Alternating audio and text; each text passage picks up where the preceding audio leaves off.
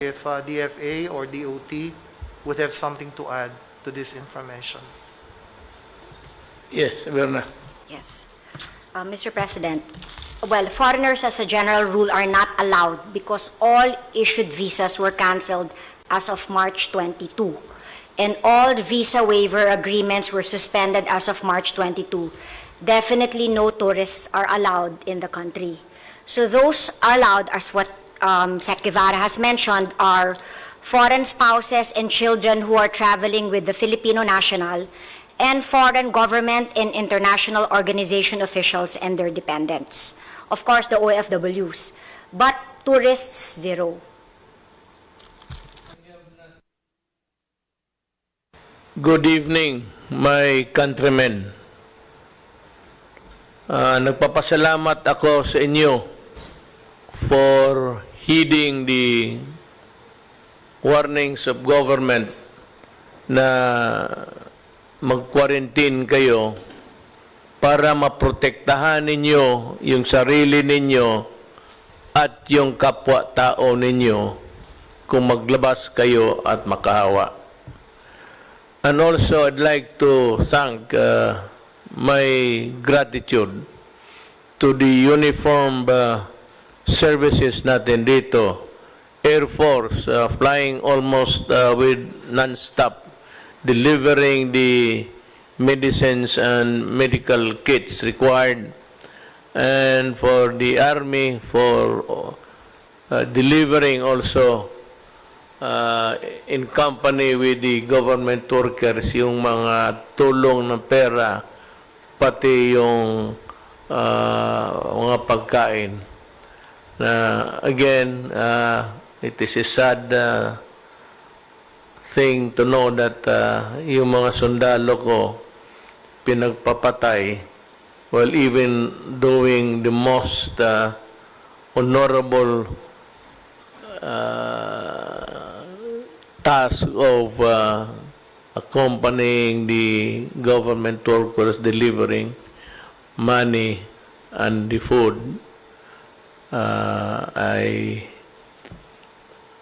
I'm so sad about this development, but there will always be a time for reckoning. There is no more peace talks to talk about. I am not, and I will never be ready for any round of talks. Kasi simply the NPA, the Communist Party of the Philippines, has no respect either for their spoken words or in their deeds of killing soldiers who are on humanitarian missions. Now, kulang pa tayo, we are still in the process of magbibili pa tayo ng maraming personal protection kits for our frontliners at ating mga medical people.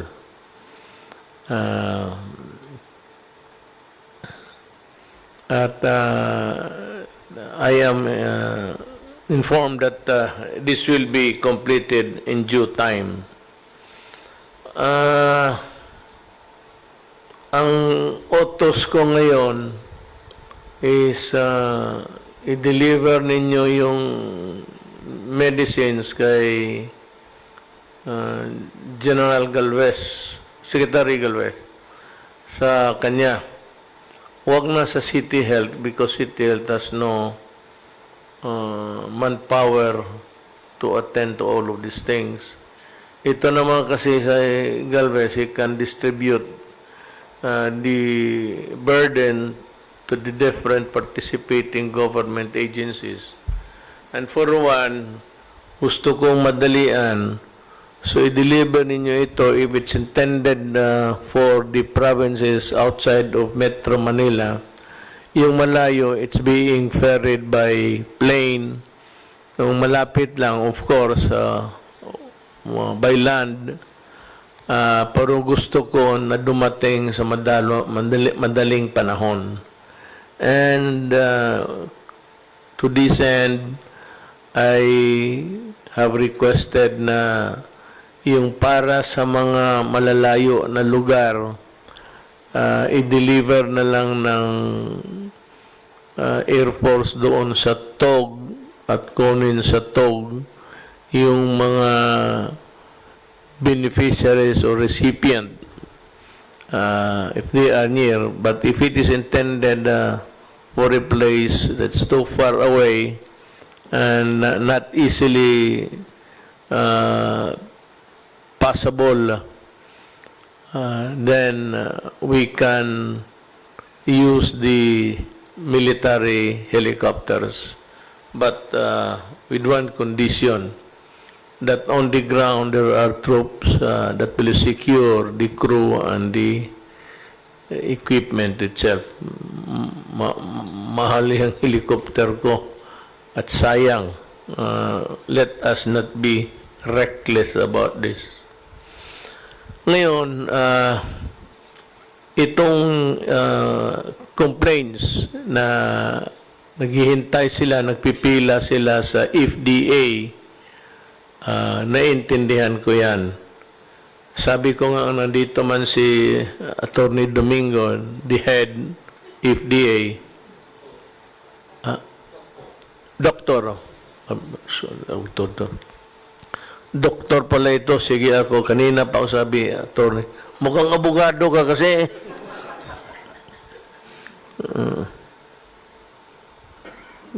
Kasi mama mo abogado. Yung sabi ko, we are not operating under normal battle conditions, sabi ko. We are operating in a crisis. Kaya, sabi ko, for the FDA and yung kay Boy, Secretary sa DOST,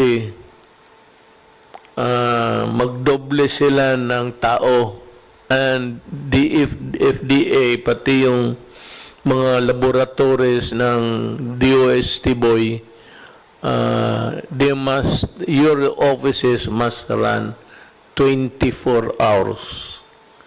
So, magdagdag kayo ng maraming medtech o yung mga nakagraduate na ng doktor, naghihintay lang ng results, or anybody nandyan sa health services, if you want to give your services, volunteer. I have authorized this both this itong dalawang opisina, FDA pati yung DOST, to employ as much as many that would be required para magmadalian and to enable the agencies to work day and night. Sabi ko kasi we are fighting a warrior, a crisis. So yun ang gusto kong masabi sa inyo. And yung hindi pa nakatanggap, let us know by radio or what. Magreklamo kayo ng mga radio stations ninyo dyan o doon sa mayors ninyo, barangay captain when the mayors. Yan ang ating configuration ng gobyerno natin. Governors, mayors, municipal mayors, city mayors, barangay captains. Yan, mag-report kayo dyan, and it's a matter of just using a cell phone.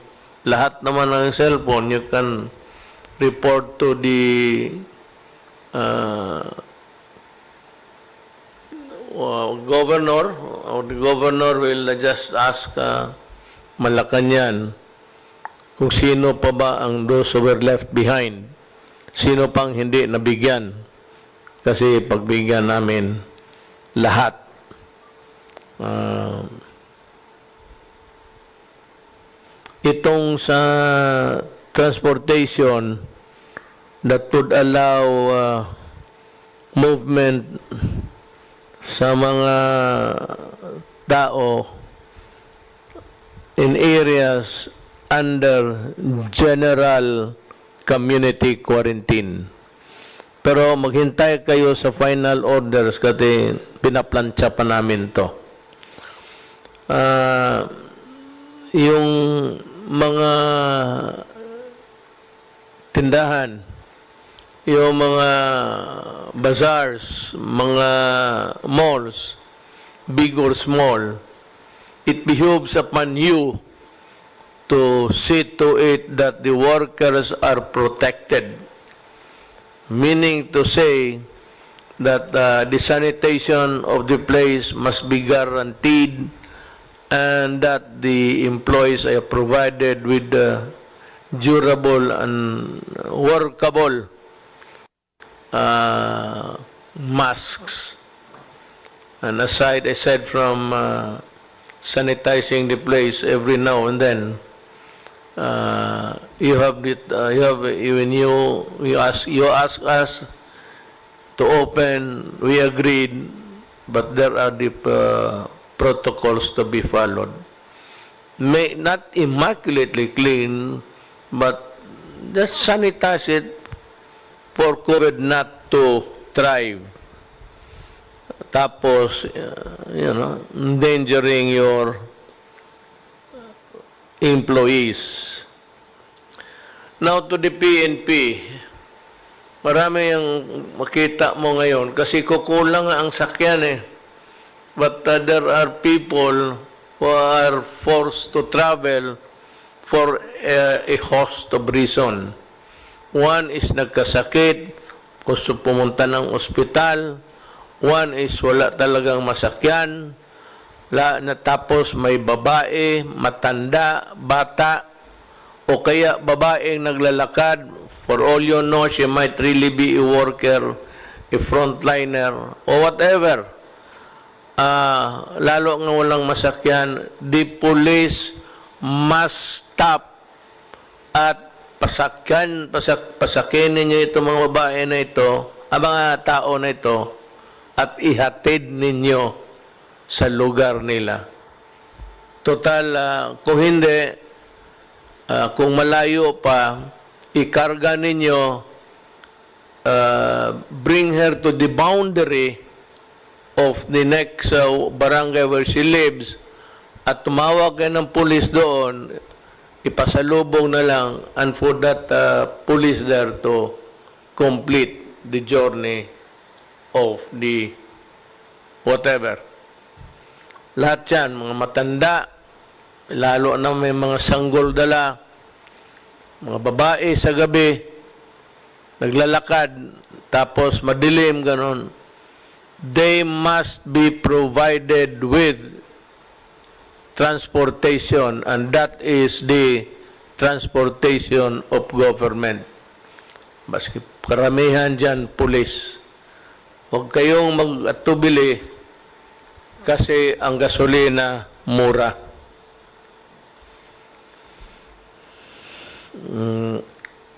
Yun lang man siguro. Wala naman akong malapit na. Yung iba naka-lockdown pa rin. Tayo, we might open partially. Construction workers and things like that. You wait for the lalabas na yung modified ang natin, quarantine. So we will allow sectors of society that are not, di talaga nagdidikit-dikitan. Ang problema nito kaya modified muna eh. Kasi kung magsiksikan kayo dyan sa LRT na naman, wala nang katapusan ang problema natin. It will never end. And it will bring us down and down. I'm happy to report that the Philippines has maintained its credit rating of BBB+. plus hanggang ngayon, yung iba nagbagsakan na. And because, bala mo bakit? Kasi naniwala kayo, yung iba kasi late nag-lockdown, yung iba kung ano pa, tayo sunod ka agad sa batas, pagsabi gawain to, tapos ang mga trabahante ng gobyerno, for the time na wala pang lockdown, mahusay. They were really working. And let us not forget the government and to mga cabinet members, they are working, and the military and the police. Naawa ako sa kanila. Kulang sa tulog, hindi sapat sa sahod, pero that is how it is. Pumasok tayo dyan, magtiis tayo. But what is really very telling there is that we are serving our fellow human beings. Maraming salamat po. Nagbibigay-pugay po ang Presidente at ang buong sambayan ng Pilipino sa ating mga sundalo na inalay ang kanilang mga buhay o di naman kaya ay nasaktan sa iba't ibang engkwentro na kailan lang po ay mga nangyari. Unang-una po, yung mga napatay po sa engkwentro laban sa Abu Sayyaf sa Patiko, Sulu noong 17 April 2020. Ang mga naging bayani po, sila First Lieutenant Rogelio E. Delihero Jr., Staff Sergeant Jason P. Gazingan, Staff Sergeant Alexander B. Bolesa, Corporal Rasul B. Awowas, Corporal Ernesto L. Bautista Jr., Corporal John Michael T. Manodom, Corporal Mark Dexter U. Montenegro, Corporal Jomar A. Ninyalga, Private First Class Benson A. Bonguik, Private First Class Jomel N. Pagulayan, Private First Class Primark P. Valieser, at Private G. Don T. Usman.